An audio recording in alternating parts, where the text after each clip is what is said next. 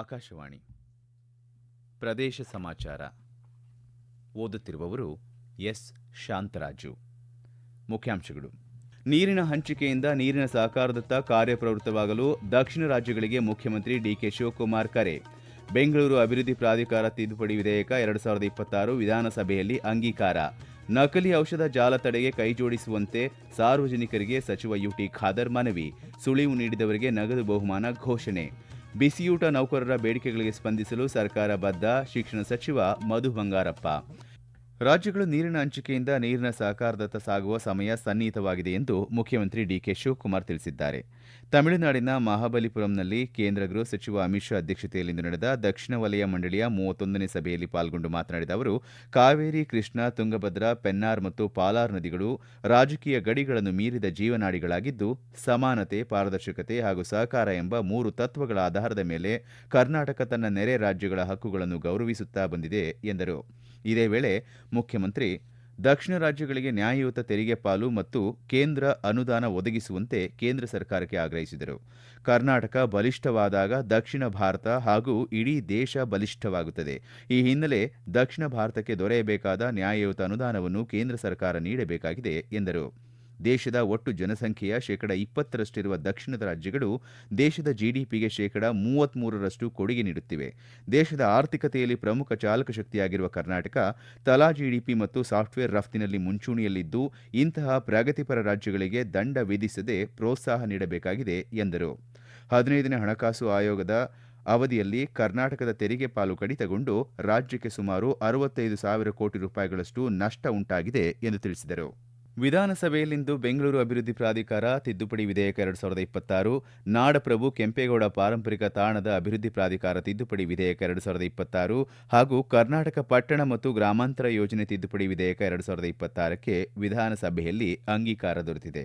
ಈ ವಿಧೇಯಕಗಳನ್ನು ಗ್ರೇಟರ್ ಬೆಂಗಳೂರು ನಗರಾಭಿವೃದ್ಧಿ ಸಚಿವ ಕೃಷ್ಣ ಬೈರೇಗೌಡ ಮಂಡಿಸಿ ಸದನದ ಅಂಗೀಕಾರ ಪಡೆದರು. ವಿಧಾನಸಭೆ ಕಲಾಪ ಇಂದು ವಾಲ್ಮೀಕಿ ನಿಗಮ ಹಗರಣಕ್ಕೆ ಸಂಬಂಧಿಸಿದಂತೆ ಸಚಿವ ನಾಗೇಂದ್ರ ಅವರ ರಾಜೀನಾಮೆ ವಿಚಾರವಾಗಿ ಆಡಳಿತ ಹಾಗೂ ವಿರೋಧ ಪಕ್ಷಗಳ ನಡುವಿನ ಗದ್ದಲಕ್ಕೆ ಸಾಕ್ಷಿಯಾಯಿತು ಹಾಗೂ ಕೆಲ ಕಾಲ ಕಲಾಪವನ್ನು ಮುಂದೂಡಲಾಗಿತ್ತು. ವಿಧೇಯಕಗಳ ಮಂಡನೆಯ ನಂತರ ನಿಯಮ 69ರ ಅಡಿಯಲ್ಲಿ ನಡೆದ ಚರ್ಚೆಯಲ್ಲಿ ಪಾಲ್ಗೊಂಡು ಮಾತನಾಡಿದ ಆಡಳಿತ ಪಕ್ಷದ ಸದಸ್ಯ ಎಎಸ್ ಪೊನ್ನಣ್ಣ, ರಾಜ್ಯ ಸರ್ಕಾರ ಈಗಾಗಲೇ ಕಸ್ತೂರಿ ರಂಗನ್ ವರದಿಯನ್ನು ತಿರಸ್ಕರಿಸಿದೆ. ಆದರೆ ಕೇಂದ್ರ ಸರ್ಕಾರ ಈ ವರದಿ ಅನುಷ್ಠಾನಗೊಳಿಸುವ ತನ್ನ ಅಧಿಸೂಚನೆಯನ್ನು ವಾಪಸ್ ಪಡೆಯಬೇಕು ಎಂದು ಆಗ್ರಹಿಸಿದರು. ಇದೇ ರೀತಿ ಅರಣ್ಯ ಸಚಿವ ರಾಮಲಿಂಗಾರೆಡ್ಡಿ ಸೇರಿದಂತೆ ಸದಸ್ಯರಾದ ಎಚ್ಡಿ ತಮ್ಮಯ್ಯ ಹಾಗೂ ಡಿಟಿ ರಾಜೇಗೌಡ, ಕಸ್ತೂರಿ ರಂಗನ್ ವರದಿ ರಾಜ್ಯದ ಪಶ್ಚಿಮ ಘಟ್ಟ ಪ್ರದೇಶದ ಜನರಿಗೆ ಅಪಾಯಕಾರಿಯಾಗಿದೆ ಎಂದು ತಿಳಿಸಿ ಕೇಂದ್ರ ಸರ್ಕಾರ ತನ್ನ ಅಧಿಸೂಚನೆ ವಾಪಸ್ ಪಡೆಯುವಂತೆ ಒತ್ತಾಯಿಸಿದರು. ಕೃಷಿ ಸಚಿವ ರಾಜ್ಯದಲ್ಲಿ ನಿಗದಿತ ಪ್ರಮಾಣದಲ್ಲಿ ಮಳೆಯಾಗದೇ ಇರುವುದರಿಂದ ಮೋಡ ಬಿತ್ತನೆ ಮಾಡಲು ಸರ್ಕಾರ ಚಿಂತನೆ ನಡೆಸಿದೆ. ಮೋಡ ಬಿತ್ತನೆ ಮಾಡುವ ಸಂಬಂಧ ಸಚಿವ ಸಂಪುಟ ಸಭೆಯಲ್ಲಿ ಈಗಾಗಲೇ ನಿರ್ಧಾರ ಮಾಡಲಾಗಿದೆ ಎಂದು ತಿಳಿಸಿದರು. ಬರ ಪರಿಸ್ಥಿತಿಯ ಚರ್ಚೆ ನಂತರ ಗಮನ ಸೆಳೆಯುವ ಸೂಚನೆ ಕಲಾಪ ನಡೆದು ನಂತರ ಸಭಾಧ್ಯಕ್ಷ ಜಿಎಸ್ ಪಾಟೀಲ್ ಸದನವನ್ನು ನಾಳೆಗೆ ಮುಂದೂಡಿದರು. ವಾಲ್ಮೀಕಿ ಅಭಿವೃದ್ಧಿ ನಿಗಮದ ಹಣ ದುರ್ಬಳಕೆ ಆರೋಪದ ಹಿನ್ನೆಲೆಯಲ್ಲಿ ಸಚಿವ ಬಿ ನಾಗೇಂದ್ರ ಅವರ ರಾಜೀನಾಮೆಗೆ ಆಗ್ರಹಿಸಿ ಪ್ರತಿಪಕ್ಷಗಳಾದ ಬಿಜೆಪಿ ಮತ್ತು ಜೆಡಿಎಸ್ ಸದಸ್ಯರು ಕಪ್ಪು ಪಟ್ಟಿ ಧರಿಸಿ ನಡೆಸಿದ ಪ್ರತಿಭಟನೆಯಿಂದ ವಿಧಾನ ಪರಿಷತ್ ಕಲಾಪದ 6ನೇ ದಿನವೂ ಗದ್ದಲಕ್ಕೆ ಸಾಕ್ಷಿಯಾಯಿತು. ಧರಣಿ ಹಿಂತೆಗೆದುಕೊಳ್ಳುವಂತೆ, ಸಾರ್ವಜನಿಕ ಸಮಸ್ಯೆಗಳ ಚರ್ಚೆಗೆ ಅವಕಾಶ ನೀಡುವಂತೆ ಸಭಾಪತಿ ಸಲೀಂ ಅಹ್ಮದ್, ಸಭಾನಾಯಕ ಯತೀಂದ್ರ ಸಿದ್ದರಾಮಯ್ಯ ಹಾಗೂ ಸಚಿವ ಕೃಷ್ಣ ಬೈರೇಗೌಡ ಮನವಿ ಮಾಡಿದರೂ ವಿರೋಧ ಪಕ್ಷದ ನಾಯಕ ಛಲವಾದಿ ನಾರಾಯಣಸ್ವಾಮಿ ನೇತೃತ್ವದ ಪ್ರತಿಪಕ್ಷ ಸದಸ್ಯರು ಪ್ರತಿಭಟನೆ ಮುಂದುವರೆಸಿದರು. ಈ ಗದ್ದಲದ ನಡುವೆ ಸಭಾಪತಿಗಳು ಶೂನ್ಯ ವೇಳೆ ಹಾಗೂ ಪ್ರಶ್ನೋತ್ತರ ಕಲಾಪಗಳನ್ನು ನಡೆಸಿದರು.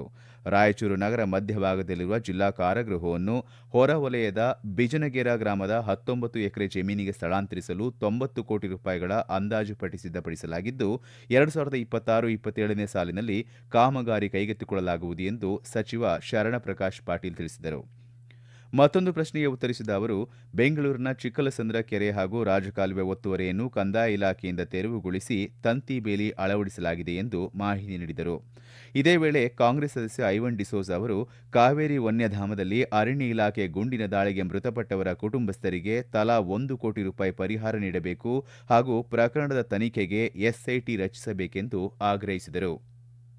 ನರ್ಸಿಂಗ್ ಹಾಗೂ ಅಲೈಡ್ ಹೆಲ್ತ್ ಸೈನ್ಸಸ್ ಕಾಲೇಜುಗಳ ಅಕ್ರಮ ಅನುಮೋದನೆ ಪರಿಶೀಲನಾ ಜಂಟಿ ಸಮಿತಿಯ ಅವಧಿಯನ್ನು ಮುಂದಿನ 12 ತಿಂಗಳವರೆಗೆ ವಿಸ್ತರಿಸುವ ಪ್ರಸ್ತಾವನೆಗೆ ಸಹಮತ ಕೋರಿ ಪ್ರಸ್ತಾಪವನ್ನು ಸದಸ್ಯ ಎಸ್ವಿ ಸುಂಕನೂರ ಮಂಡಿಸಿದರು. ರಾಜ್ಯದಲ್ಲಿ ನಕಲಿ ಮತ್ತು ಕಳಪೆ ಔಷಧಿಗಳ ಮಾರಾಟ ಹಾಗೂ ಪೂರೈಕೆಯನ್ನು ತಡೆಯಲು ಸಾರ್ವಜನಿಕರು ಮಾಹಿತಿ ನೀಡಬೇಕೆಂದು ಆರೋಗ್ಯ ಸಚಿವ ಯುಟಿ ಖಾದರ್ ಮನವಿ ಮಾಡಿದ್ದಾರೆ. ವಿಶ್ವಾಸಾರ್ಹ ಮಾಹಿತಿ ನೀಡುವ ಸಾರ್ವಜನಿಕರಿಗೆ 10,000 ರೂಪಾಯಿಗಳಿಂದ 50,000 ರೂಪಾಯಿಗಳವರೆಗೆ ನಗದು ಬಹುಮಾನ ನೀಡುವುದಾಗಿ ಘೋಷಿಸಲಾಗಿದ್ದು, ರಾಮನಗರದಲ್ಲಿ 5 ಕೋಟಿ ರೂಪಾಯಿ ಮೌಲ್ಯದ ನಕಲಿ ಔಷಧ ಜಾಲ ಪತ್ತೆಯಾದ ಬೆನ್ನಲ್ಲೇ ಈ ಕ್ರಮ ಕೈಗೊಳ್ಳಲಾಗಿದೆ. ಸಿಬ್ಬಂದಿ ಕೊರತೆ ಇರುವುದರಿಂದ ಈ ಅಕ್ರಮ ಜಾಲ ನಿರ್ಮೂಲನೆಗೆ ಸಾರ್ವಜನಿಕರ ಸಹಕಾರ ಅತ್ಯಗತ್ಯ ಎಂದಿರುವ ಅವರು 1902 ಸಹಾಯವಾಣಿ ಅಥವಾ ಇಲಾಖೆಯ ಕ್ಯೂಆರ್ ಕೋಡ್ ಮೂಲಕ ಮಾಹಿತಿ ನೀಡಬಹುದು ಹಾಗೂ ಮಾಹಿತಿ ನೀಡಿದವರ ಗುರುತನ್ನು ಗೌಪ್ಯವಿಡಲಾಗುವುದು ಎಂದು ಅವರು ತಿಳಿಸಿದ್ದಾರೆ. ಪ್ರದೇಶ ಸಮಾಚಾರ ಕೇಳುತ್ತಿದ್ದೀರಿ.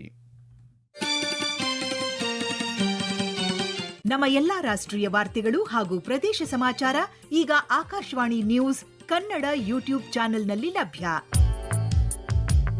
ನಮ್ಮ ಎಕ್ಸ್ ಖಾತೆ ಮತ್ತು ಇನ್ಸ್ಟಾಗ್ರಾಂ ಖಾತೆ ಆಕಾಶವಾಣಿ ನ್ಯೂಸ್ ಕನ್ನಡ. ಹೆಚ್ಚಿನ ಮಾಹಿತಿಗಾಗಿ ನಮ್ಮ ಫೇಸ್ಬುಕ್ ಖಾತೆ AIR ಕನ್ನಡ ನ್ಯೂಸ್ ಅನುಸರಿಸಿ. ಮಾಹಿತಿಯ ಹೂರಣ ವಾರದ ಕಾರ್ಯಕ್ರಮ ಪ್ರಚಲಿತ ವಿದ್ಯಮಾನ ಪ್ರತಿ ಬುಧವಾರ 9:15ಕ್ಕೆ. ಕನಿಷ್ಠ ವೇತನ ಸೇರಿದಂತೆ ವಿವಿಧ ಬೇಡಿಕೆಗಳನ್ನು ಈಡೇರಿಸುವಂತೆ ಆಗ್ರಹಿಸಿ ಹೋರಾಟ ನಡೆಸುತ್ತಿರುವ ರಾಜ್ಯದ ಅಕ್ಷರ ದಾಸೋಹ ಬಿಸಿಯೂಟ ನೌಕರರ ನ್ಯಾಯಯುತ ಬೇಡಿಕೆಗಳಿಗೆ ಸ್ಪಂದಿಸಲು ಸರ್ಕಾರ ಸದಾ ಬದ್ಧವಾಗಿದೆ ಎಂದು ಶಾಲಾ ಶಿಕ್ಷಣ ಮತ್ತು ಸಾಕ್ಷರತಾ ಸಚಿವ ಮಧು ಬಂಗಾರಪ್ಪ ತಿಳಿಸಿದ್ದಾರೆ.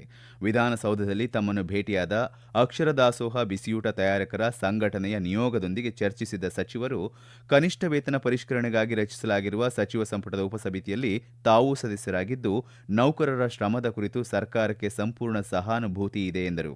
ಸರ್ಕಾರದ ನಿಯಮಾವಳಿಗಳ ಚೌಕಟ್ಟಿನಲ್ಲಿ ಅಗತ್ಯವಿರುವ ಎಲ್ಲ ನೆರವು ಹಾಗೂ ಬೆಂಬಲವನ್ನು ಒದಗಿಸುವುದಾಗಿ ಅವರು ಭರವಸೆ ನೀಡಿದರು. ಮಾಜಿ ಮುಖ್ಯಮಂತ್ರಿ ದಿವಂಗತ ಡಿ. ದೇವರಾಜ ಅರಸು ಅವರ 111ನೇ ಜನ್ಮ ದಿನಾಚರಣೆ ಅಂಗವಾಗಿ ರಾಜ್ಯದ ವಿವಿಧ ಜಿಲ್ಲೆಗಳಲ್ಲಿಂದು ವಿಶೇಷ ಕಾರ್ಯಕ್ರಮಗಳನ್ನು ಹಮ್ಮಿಕೊಳ್ಳಲಾಗಿತ್ತು. ಚಿತ್ರದುರ್ಗದಲ್ಲಿ ಜಿಲ್ಲಾಡಳಿತ ಆಯೋಜಿಸಿದ್ದ ಕಾರ್ಯಕ್ರಮದಲ್ಲಿ ಅಪರ ಜಿಲ್ಲಾಧಿಕಾರಿ ಬಿಟಿ ಕುಮಾರಸ್ವಾಮಿ ದೇವರಾಜ ಅರಸು ಅವರ ಸಾಧನೆಗಳನ್ನು ಸ್ಮರಿಸಿ ಗೌರವ ನಮನ ಸಲ್ಲಿಸಿದರು. ರಾಮನಗರದಲ್ಲಿ ಆಯೋಜಿಸಿದ್ದ ಕಾರ್ಯಕ್ರಮದಲ್ಲಿ ನಗರಸಭೆ ಅಧ್ಯಕ್ಷ ಕೆ. ಶೇಷಾದ್ರಿ ಮಾತನಾಡಿ, ಜೀತ ಪದ್ಧತಿ, ಉಳುವವನೇ ಭೂಮಿಯ ಒಡೆಯ ಸೇರಿದಂತೆ ಹಲವು ಸಮಾಜ ಸುಧಾರಣೆ ಕಾರ್ಯಕ್ರಮಗಳನ್ನು ಜಾರಿಗೆ ತಂದು ಸಮಾನತೆಯನ್ನು ಕಲ್ಪಿಸುವಲ್ಲಿ ದೇವರಾಜ ಅರಸು ಅವರ ಕೊಡುಗೆ ಅಪಾರ ಎಂದು ಬಣ್ಣಿಸಿದರು. ಸಾಮಾಜಿಕ ನ್ಯಾಯದ ಪರಿಕಲ್ಪನೆಗೆ ಹೊಸ ಆಯಾಮ ನೀಡಿದ, ಹಿಂದುಳಿದ ವರ್ಗಗಳ ಸಬಲೀಕರಣಕ್ಕೆ ಬಲ ತುಂಬಿದ ಮಾಜಿ ಮುಖ್ಯಮಂತ್ರಿ ಡಿ. ದೇವರಾಜ ಅರಸು ಅವರ ಕೊಡುಗೆ ಸ್ಮರಣೀಯ ಎಂದು ಬಾಗಲಕೋಟೆಯಲ್ಲಿ ನಡೆದ ಕಾರ್ಯಕ್ರಮದಲ್ಲಿ ರಾಜ್ಯಸಭಾ ಸದಸ್ಯ ನಾರಾಯಣ ಸಾ ಭಾಂಡಗೆ ಹೇಳಿದ್ದಾರೆ.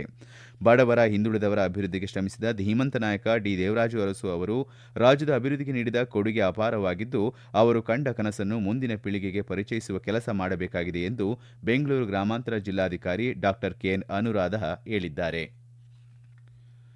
ಗದಗ ನಗರದ ಜಿಲ್ಲಾಧಿಕಾರಿಗಳ ಕಚೇರಿ ಸಭಾಂಗಣದಲ್ಲಿ ಸದ್ಭಾವನಾ ದಿನಾಚರಣೆ ಹಮ್ಮಿಕೊಳ್ಳಲಾಗಿತ್ತು.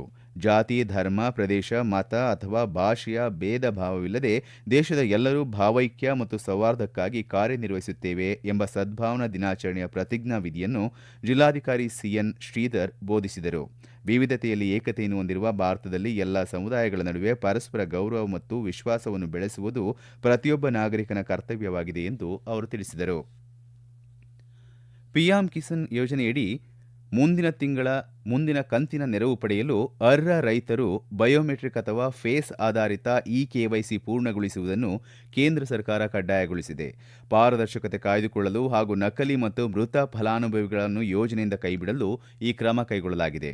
ಈ ಹಿಂದೆ ಜಾರಿಯಲ್ಲಿದ್ದ ಆಧಾರ್ ಒಟಿಪಿ ಆಧಾರಿತ ಕೆವೈಸಿ ಪ್ರಕ್ರಿಯೆಯನ್ನು ಸ್ಥಗಿತಗೊಳಿಸಲಾಗಿದೆ. ಇನ್ನು ಮುಂದೆ ಬಯೋಮೆಟ್ರಿಕ್ ಅಥವಾ ಮುಖ ದೃಢೀಕರಣ ಆಧಾರಿತ ಕೆವೈಸಿ ಮಾತ್ರ ಮಾನ್ಯವಾಗಲಿದೆ. ಕೊನೆಯಲ್ಲಿ ಮತ್ತೊಮ್ಮೆ ಮುಖ್ಯಾಂಶಗಳು. ನೀರಿನ ಹಂಚಿಕೆಯಿಂದ ನೀರಿನ ಸಹಕಾರದತ್ತ ಕಾರ್ಯಪ್ರವೃತ್ತವಾಗಲು ದಕ್ಷಿಣ ರಾಜ್ಯಗಳಿಗೆ ಮುಖ್ಯಮಂತ್ರಿ ಡಿಕೆ ಶಿವಕುಮಾರ್ ಕರೆ. ಬೆಂಗಳೂರು ಅಭಿವೃದ್ಧಿ ಪ್ರಾಧಿಕಾರ ತಿದ್ದುಪಡಿ ವಿಧೇಯಕ 2026 ವಿಧಾನಸಭೆಯಲ್ಲಿ ಅಂಗೀಕಾರ. ನಕಲಿ ಔಷಧ ಜಾಲ ತಡೆಗೆ ಕೈಜೋಡಿಸುವಂತೆ ಸಾರ್ವಜನಿಕರಿಗೆ ಸಚಿವ ಯುಟಿ ಖಾದರ್ ಮನವಿ. ಸುಳಿವು ನೀಡಿದವರಿಗೆ ನಗದು ಬಹುಮಾನ ಘೋಷಣೆ. ಬಿಸಿಯೂಟ ನೌಕರರ ಬೇಡಿಕೆಗಳಿಗೆ ಸ್ಪಂದಿಸಲು ಸರ್ಕಾರ ಬದ್ಧ. ಶಿಕ್ಷಣ ಸಚಿವ ಮಧು ಬಂಗಾರಪ್ಪ. ಇಲ್ಲಿಗೆ ಪ್ರದೇಶ ಸಮಾಚಾರ ಮುಕ್ತಾಯವಾಯಿತು. ನಮ್ಮ ಮುಂದಿನ ವಾರ್ತಾ ಪ್ರಸಾರ 7:35 ನಿಮಿಷಕ್ಕೆ.